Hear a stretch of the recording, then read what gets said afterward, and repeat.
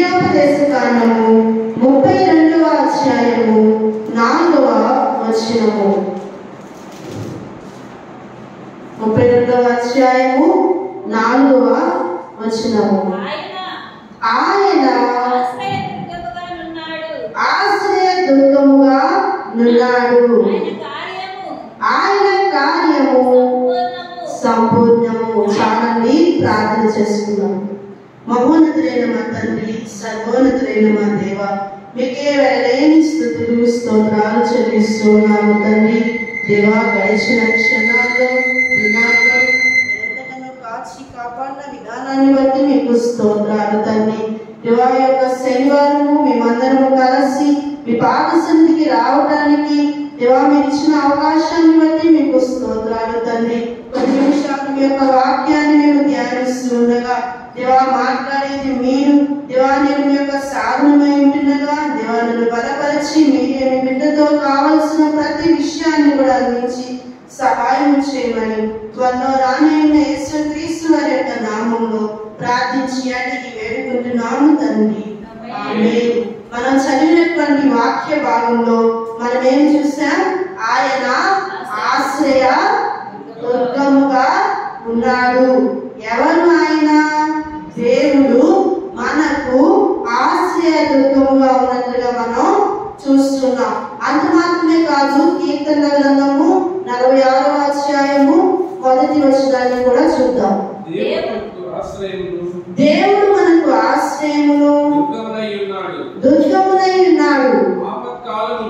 ఆపత్కాలములో ఆయన నమ్ముకొనదగిన సహాయకుడు. ఇక్కడ కూడా మనం ఏం చూస్తున్నాం? దేవుడు మనకి ఆశ్రయమును దుర్గమునై ఉన్నాడు అని చూస్తాం. మరొక వచనాన్ని కూడా చదువుతున్నాం.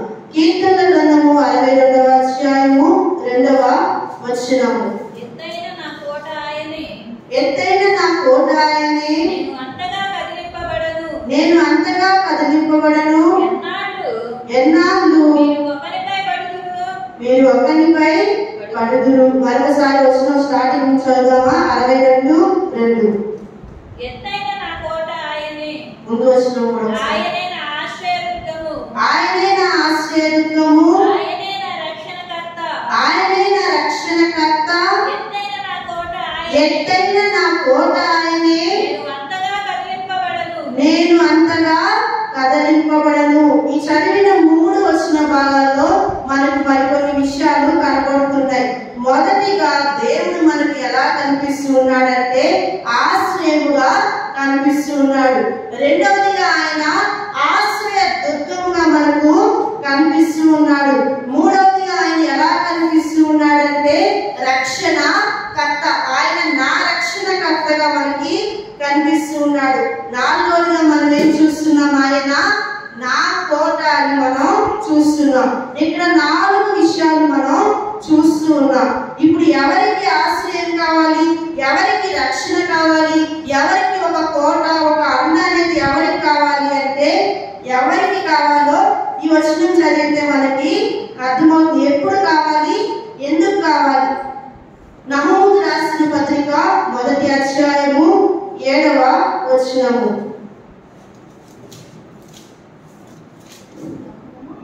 మొదటి అధ్యాయము 7వ వచనం. యెహోవా ఉత్తముడు, శ్రమదినమందు ఆయన ఆశ్రయ దుర్గము, తన యందు నమ్మిక ఉంచు వారిని ఆయన ఎరుగును. ఎవరికి ఆశ్రయము దుర్గము ఎప్పుడు అవసరం అవుతుంది అనేటువంటి విషయాన్ని చూస్తే, ఎవరైతే శ్రమ దినములో ఉంటారో వారికి ఏం కావాల్సి వస్తుంది? ఒక ఆశ్రయము, ఒక రక్షణ దుర్గము, ఒక రక్షణ కర్త అనేది అవసరం అవుతారు.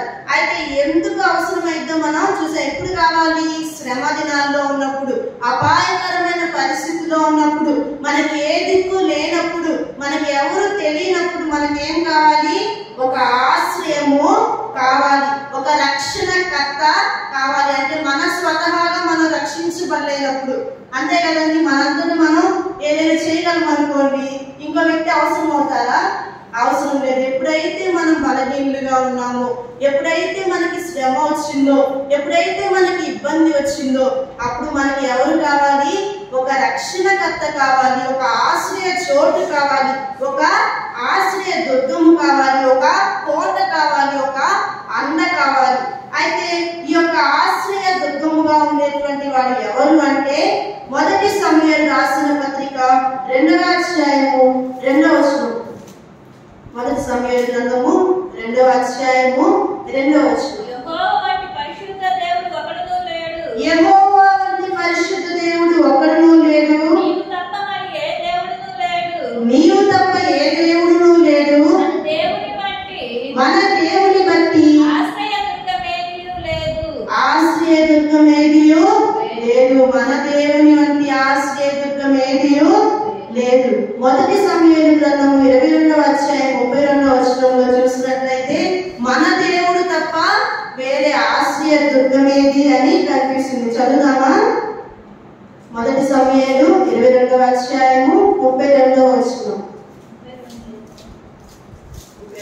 చివరి వచనం.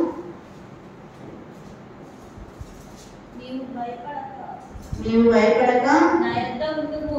నా యొద్ద ఉండుము. నా యొద్ద నీవు భద్రముగా ఉండుము. నా యొద్ద నీవు భద్రముగా ఉండుము. నా ప్రాణము తీయచూచువాడును. నా ప్రాణము తీయచూచువాడును. నీ ప్రాణము తీయచూచువాడును ఒకడే అని. నీ ప్రాణము తీయచూచువాడు ఒకడే అని అబ్యాతారుతో చెప్పెను. అబ్యాతారుతో చెప్పెను. ఈ యొక్క వచనం 2వ సమూయేలు 22వ అధ్యాయము 32వ వచనం. యెహోవా తప్ప దేవుడేడి. యెహోవా తప్ప దేవుడేడి. మన దేవుడు తప్ప ఆశ్రయ దుర్గమేది. మన దేవుడు తప్ప ఆశ్రయ దుర్గమేది. దేవుడు నాకు బలమైన కోటగా ఉన్నాడు. దేవుడు నాకు బలమైన కోటగా ఉన్నాడు. ఆయన తన మార్గమునందు యథార్థవంతులను నడిపించును. ఇక్కడ మనం ఏం చూస్తున్నామంటే ఆశ్రయ దుర్గాన్ని గురించి ముందు చూసాము. ఎప్పుడు ఆశ్రయ దుర్గం అవసరమో చూసాము. ఎవరు ఆశ్రయ దుర్గమో చూసాము. ఎవరు ఆశ్రయ దుర్గం? మన దేవుడు తప్ప ఆశ్రయ దుర్గం ఏది కూడా లేదు. మన దేవునికి సాటి అయిన ఆశ్రయ దుర్గం ఎక్కడా కూడా లేదు. అయితే ఆశ్రయ దుర్గము, ఈ రక్షణకర్తగా ఎవరికి దేవుడు ఉంటాడో చూద్దాం. సామెతల గ్రంథము 10వ అధ్యాయము 26వ వచనము.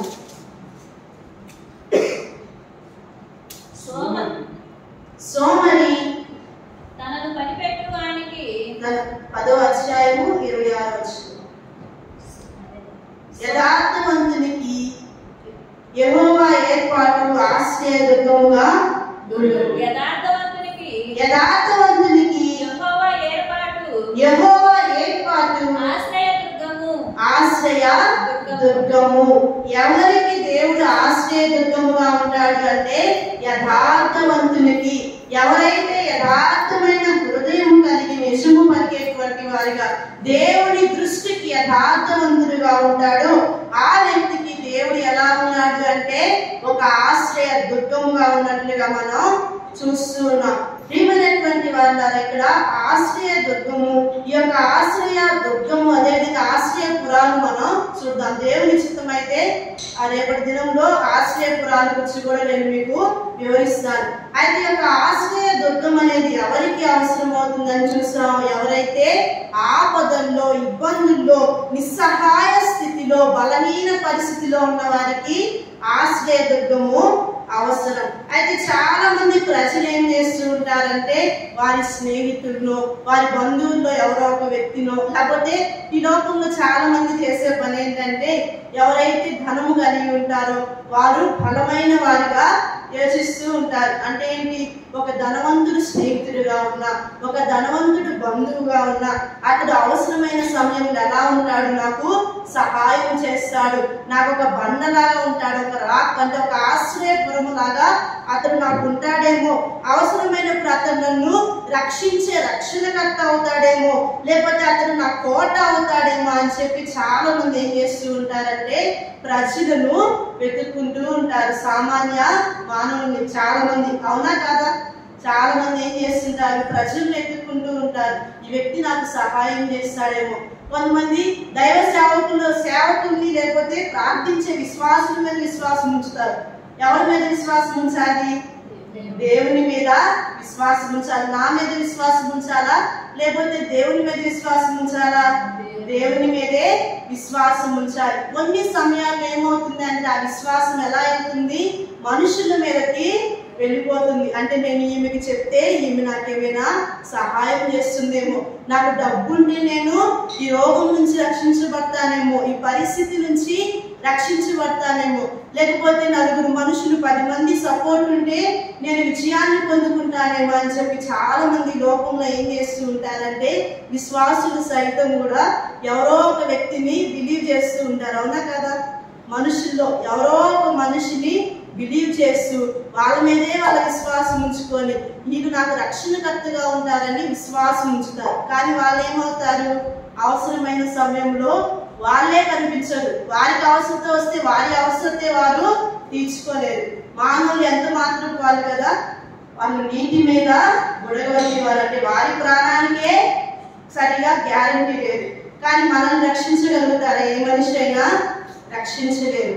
అయితే మనకి రక్షణకర్త ఎవరు ఉన్నారంటే మన ప్రభు అయిన యేసుక్రీస్తు వారు. ఈ లోకం అన్నింటిలో కూడా మనకి రక్షణ ఎలా కలుగుతుందో మనం ఒక చిన్న వచనాన్ని చదువుదాం. కీర్తన గ్రంథము 62వ అధ్యాయము 1వ వచనం. నా ప్రాణము దేవుని నమ్ముకొని మౌనముగా ఉన్నది. ఆయన వలన నాకు రక్షణ కలుగును. ఆయనే నా ఆశ్రయ దుర్గము. ఆయనే నా రక్షణకర్త.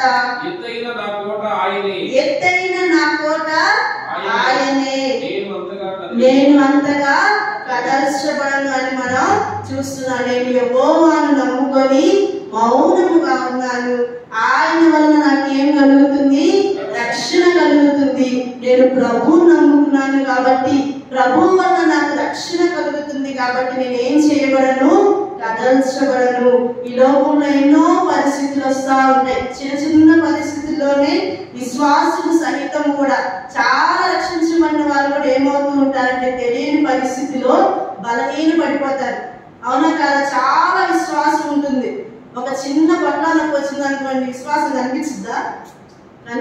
ఏమనిపించింది? దేవా నాకే ఈ కష్టం రావాలా, నాకే ఈ బాధ రావాలని చాలా బలహీన పడిపోతూ ఉంటాం. అయితే ఇక్కడ మనం చూసినట్లయితే మనకి ఎన్ని పరిస్థితులు వచ్చినా కానీ మనము ఆయన వలన నాకేం కలుగుతుంది? రక్షణ కలుగుతుంది. కాబట్టి నాకు ఏ పరిస్థితి వచ్చినా నేను కదల్చబడను, విశ్వాసములో కదల్చబడను, ధైర్యంలో కదల్చబడను. అదేవిధంగా ఎన్ని పరిస్థితులు వచ్చినా దేవునిలో నుంచి నేను కదల్చబడను. అంటే ఎలా ఉంటాను? ఒక స్థిరమైన స్తంభం లాగా ఉంటాను. ఇప్పుడు ఈ స్తంభం ఉంది కదా, స్తంభం ఎక్కడుంది? ఇక్కడ పైనుంచే కట్టబడిందా? ఎక్కడి నుంచి ఉంది? పునాదిలో నుంచి ఉంది. పునాదిలో నుంచి ఉన్న స్తంభాన్ని ఎవరిని కదిలించగలుగుతారా? కదల్చలేదు. అలాగే మనం ప్రభు యొక్క పునాదిలో, ప్రభు యొక్క రక్షణలో మనం ఉన్నట్లయితే మనల్ని కూడా ఏం చేయలేరు? ఎవరు కూడా కదల్చలేరు. మరొక వచన భాగాన్ని చదివి ముగించుకున్నాం. అపోస్తల కార్యము 4వ అధ్యాయము 12వ వచనం. ఈ నామముననే మనము రక్షణ పొందవలెను గాని ఆకాశము క్రింద మనుషులలో ఇయ్యబడిన మరి ఏ నామమున రక్షణ పొందలేము అనేను. మనం ఈ నామము వలనే రక్షింపబడతాము కానీ మనుషుల వలన ఏ నామమైనా మనల్ని ఏం చేయలేదు? రక్షించలేదు. ఎవరు ఈ నామం అంటే అపోస్తల కార్యం 4వ అధ్యాయం 10వ వచనంలో ఉంది. ఎవరు ఆ నామం?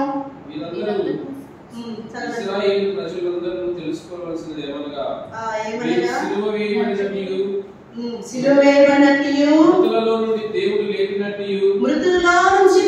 లేపినట్టు, నజరేయుడైన యేసుక్రీస్తు నామముననే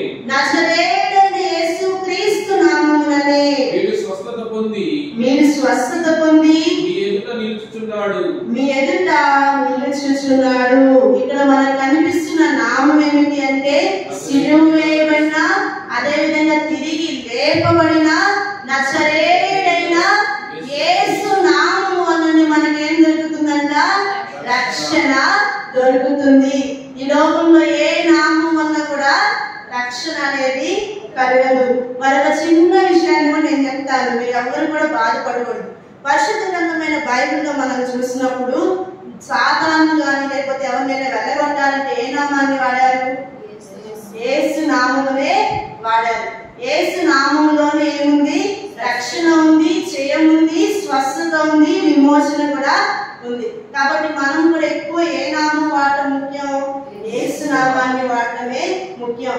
హల్లెలూయా అంటే రక్షించబడతావా? సాతాను వెనక్కి వెళ్ళిద్దా? వెళ్ళదు. స్తుతి అంటే వెనక్కి వెళ్ళిద్దా? వెళ్ళదు. ఇంకేదైనా చెప్తే వెనక్కి వెళ్ళిద్దా? లేకపోతే ఏదైనా ఒక నామం, ఒక బలమైన శిష్యుడి నామం చెప్తే వెనక్కి వెళ్తుందా? వెళ్ళదు. ఏ నామం వల్ల రక్షణ కలిగిద్ది? యేసు అనే ఒక నామం వల్లే రక్షణ కలిగిద్ది. ఎందుకు ఆ నామానికి అంత ఇంపార్టెన్స్ ఇస్తున్నారంటే, యేసు అనగా ఏమిటి? రక్షకుడు. క్రీస్తు అనగా అభిషక్తుడు. యేసు క్రీస్తు వారు నిన్ను నన్ను ప్రేమించారు.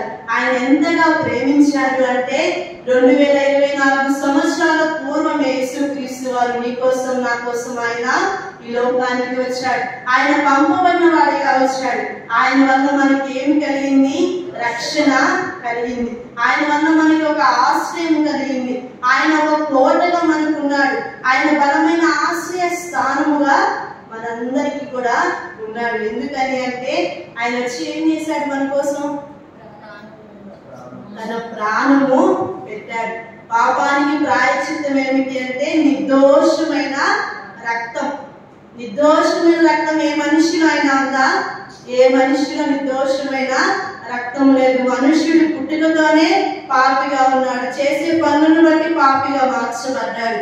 అయితే యేసుక్రీస్తు వారి జన్మలో పాపం లేదు, ఆయన జీవితంలో పాపం లేదు, ఆయన బాల్య దశలో పాపం లేదు, ఆయన మాటలో పాపం లేదు, ఆయన యవ్వన కాలంలో పాపం లేదు, ఆయన పరిచర్యలో పాపం లేదు. ఆయన పరిశుద్ధుడిగా ఉన్నాడు. కాబట్టి ఏం జరిగింది అంటే ఆయన మన యొక్క శిక్ష అంతా కూడా ఆయన మీద వేసుకున్నాడు. మనం భరించాల్సిన శిక్ష అంతా ఆయన భరించాడు. అయితే మనం చేయవలసిన పని ఏమిటి అంటే, దేవా పాపిని నన్ను కరుణించమని ఒక మాట చెప్తే మనకి ఏం దొరుకుతుంది? రక్షణ, మారు మనసు దొరుకుతుంది. ఈ రోజు నుంచి మనతో పాటు ఎవరు ఉంటారంటే, రక్షించబడితే నా రక్షణకర్త ఎక్కడుంటాడు? నాలోనే ఉంటాడు కదా. మనం ఏ మనిషిని నమ్మినా, ఎంత ఫ్రెండ్షిప్ చేసినా కదా, భార్య భర్త ఇద్దరు ఒకటే అంటారుగా, కానీ ఇద్దరు ఒకరిలో ఒకరు ఉండగలుగుతారా? ఉండలేదు. కానీ ఎవరు ఉండగలుగుతారు? దేవుడు మన హృదయంలో ఉండగలుగుతారు, మనతో సహవాసము చేయగలుగుతారు, మనకి ధైర్యం ఇవ్వగలుగుతారు, మన కష్టాన్ని తెలుసుకోగలుగుతారా లేదా? కదా, మన పక్కన ఎంత మంచి లైఫ్ పార్ట్నర్ ఉన్నా, ఎంత మంచి ఫ్రెండ్ ఉన్నా, మన అమ్మే ఉండేది కదా. కదా, అమ్మ అందరికి కూడా చాలా ఓదార్పునిస్తుంది. అయితే మన మమ్మీనే మన పక్కన ఉందనుకోండి, మన మనసులో అనుకున్న బాధ తెలుస్తుందా? కొన్నిసార్లు అర్థం కాదు. కానీ దేవుడు యేసుక్రీస్తు వారు ఎలా ఉన్నారు? మన హృదయంలో మనతోనే ఉన్నాడు. ఆయన మన అంతరంగ పురుషుడిగా ఉన్నాడు. మనతో కలిసి ఆయన నివసిస్తూ ఉన్నాడు. ఎప్పుడైతే నీవు రక్షించబడతావో, బాప్తిస్మం తీసుకొని ప్రభువులో ఉంటావో, అప్పుడు ప్రభు ఎక్కడుంటాడు? మన హృదయంలో ఉంటాడు. బాప్తిస్మం తీసుకోవడం, తీర్మానం చేయటం, ఇవన్నీ దేనికి సాదృశ్యం అంటే ఆయన మరణంలో మనము కూడా ఏమయ్యాం? పాలి భాగస్థులయ్యాం కదా. బాప్తిస్మం ఎలా తీసుకున్నారు మీరు? నీళ్ళలో ముంచబడి లేపబడతాం కదా. ఎప్పుడైతే మనం ముంచబడ్డామో, ఎప్పుడైతే లేపబడ్డామో, అప్పుడు మనం ఏమయ్యాం? యేసుక్రీస్తు వారు ఏ విధంగా అయితే ఆయన భూమిలో పాతి పెట్టబడి మళ్ళా ఆయన లేపబడ్డారు కదా, అంటే ఆయన మరణంలో మనమేమయ్యాం? పాలిభాగస్తులుగా మార్చబడ్డాం. కాబట్టి ప్రియమైనటువంటి వారు, రక్షించబడినటువంటి వారికి మాత్రమే యేసుక్రీస్తు వారు రక్షణకర్తగా ఉన్నారు. అవునా కాదా? సిలువను గురించిన వార్త ఎలా ఉంది? రక్షించబడుతున్న మనకైతే దేవుని శక్తి, రక్షించబడిన వారికి ఎలా ఉంది? నశించేటువంటి వారికి ఎలా ఉంది? వెర్రితనముగా ఉంది. రక్షించబడిన మనకైతే దేవుని శక్తి, ఆ శక్తి అనుభవించే వారికి తప్పితే చూసే వారికి అర్థమైందా? అర్థం కాదు. కాబట్టి ప్రియమైనటువంటి వారు, యేసుక్రీస్తు వారు నిన్ను నన్ను ఇంతగా ప్రేమించి ఆయన చనిపోయి తిరిగి లేచి మన లోకానికి ఆరోగ్యమయ్యారు. అయితే ఆయన మరలా ఈ లోకానికి రానై ఉన్నారు. అప్పటి వరకు మనలో ఎవరు ఉన్నారంటే ఒక ఆత్మ ఉన్నారు, ఒక అంతరంగ పురుషుడు ఉన్నాడు. అయితే దినదినము ఆ యొక్క అంతరంగ పురుషుని మనం ఏం చేయాలి? కృషించుకొని బలపరచాలా? బలపరచాలి. ఎలా బలపరచగలం అంటే వాక్యము వినటము ద్వారా, పాటించడం ద్వారా బలపరచగలం. ఈ రోజు మన యొక్క అంశం ఏమిటి అంటే ఆశ్రయపురం, ఆశ్రయ దుర్గం, ఒక కోట, ఒక రక్షణకర్త. ఎవరు అంటే మన ప్రభువైన యేసుక్రీస్తు వారు మాత్రమే. ఎవరికి ఆయన రక్షణకర్త అంటే యథార్థవంతులకి, రక్షించబడినటువంటి వారికి మాత్రమే ఆయన రక్షణకర్తగా, ఆశ్రయ స్థానంగా ఉన్నాడు. ఎప్పుడు ఆయన అవసరం అవుతాడు? ఎప్పుడు ఆశ్రయ దుర్గం అవసరం అంటే శ్రమ దినములో ఉన్నప్పుడు, బలహీనులైనప్పుడు, మన యొక్క విశ్వాసంలో సన్నగిల్లిపోతున్నప్పుడు ఆయన మనకి అవసరంగా మనం చూస్తున్నాం. నిన్నటువంటి వారి వాక్యం అర్థమైందా మీకు? అర్థమైందా? అంటే ఆశ్రయ దుర్గము, అదేవిధంగా నా కోట, నా రక్షకుడు, నా బలమైన కోట ఎవరు? యేసయ్యే కదా. మనందరూ కూడా ఎవరు? ఏదైనా కష్టం రాగానే ఫస్ట్ ఎవరు గుర్తుకు రావాలి? యేసయ్య మనకి గుర్తుకు రావాలి. అప్పుడు మనం ఏం చేయగలుగుతామంటే అన్ని జయించగలం. ఎందుకు జయించగలం అంటే ఆయన మరణాన్ని జయించాడు కాబట్టి మనము కూడా జయించగలం. ఆయన శోధనను జయించాడు, మనము కూడా ఏం చేయగలం? శోధనని జయించగలం. ఆయన హింసలు జయించాడు, మనము కూడా హింసలు జయించగలం. ఆయన నిందలన్నింటిలో నుంచి జయాన్ని పొందాడు, మనం కూడా ఏం చేయగలం? నిందలన్నింటిలో నుంచి జయాన్ని పొందగలం. ఆయన కన్నీరులో నుంచి విజయం వచ్చింది, మన కన్నీరులో నుంచి కూడా ఏమొస్తుంది? విజయమే వస్తుంది. ప్రే చేసుకున్నాం అందరూ కూడా. ప్రియమైనటువంటి వారు, దేవుడు మనతో మాట్లాడుతున్నారు. నేను నీ యొక్క ఆశ్రయ దుర్గంగా ఉన్నారు, ఈ రక్షణ కర్తగా ఉన్నారని నేను ఆశపడుతున్నాను. మరి ఆ స్థానాన్ని నువ్వు ఈ యొక్క హృదయంలో ఇస్తావా అని దేవుడు అడుగుతున్నాడు.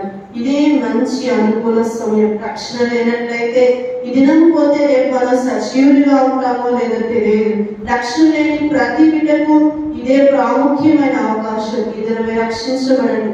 ఎవరైతే రక్షించబడ్డారో మీరు వెలుగుతున్న దీపముగా ఉన్నారా, ఆడిపోయిన దీపంగా ఉన్నారా? ఒక నిమిషం మిమ్మల్ని మీరు పరీక్షించుకొని ప్రభు సన్నిధిలో ప్రార్థించండి. ప్రభు, ఒకవేళ నేను ఆడిపోయిన విధానంలో ఉంటే నన్ను వెలిగించండి తండ్రి. దేవా, దావీదు మహారాజు తెలియజేసిన రీతిగా రక్షణ ఆనందాన్ని నూతనంగా పుట్టించమని ప్రభువుని మనగా వేడుకొని రేపు పరిశుద్ధ దినంలో మనందరం కూడా పాల్గొనాలని నేను మీకు తెలియజేస్తున్నాను, ప్రార్థించుకున్నాను.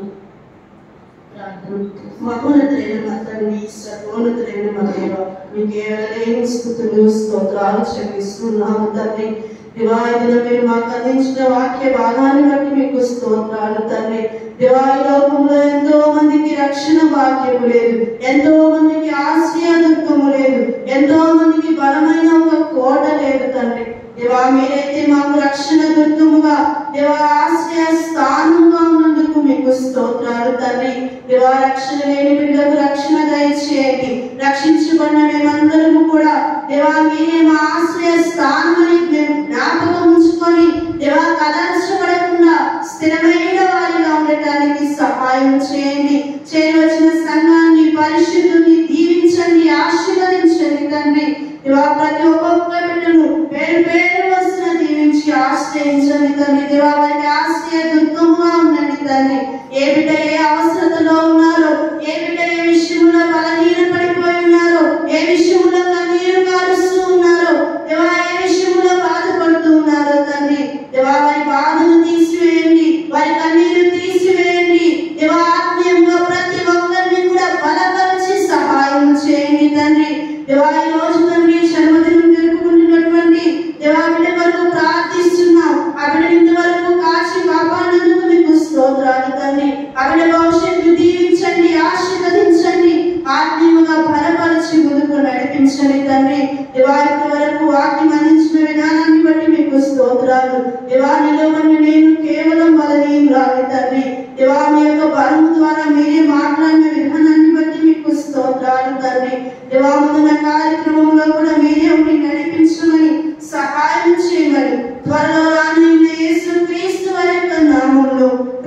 ప్రార్థించి అడిగి వేడుకుంటున్నాము తండ్రి. ఆమేన్.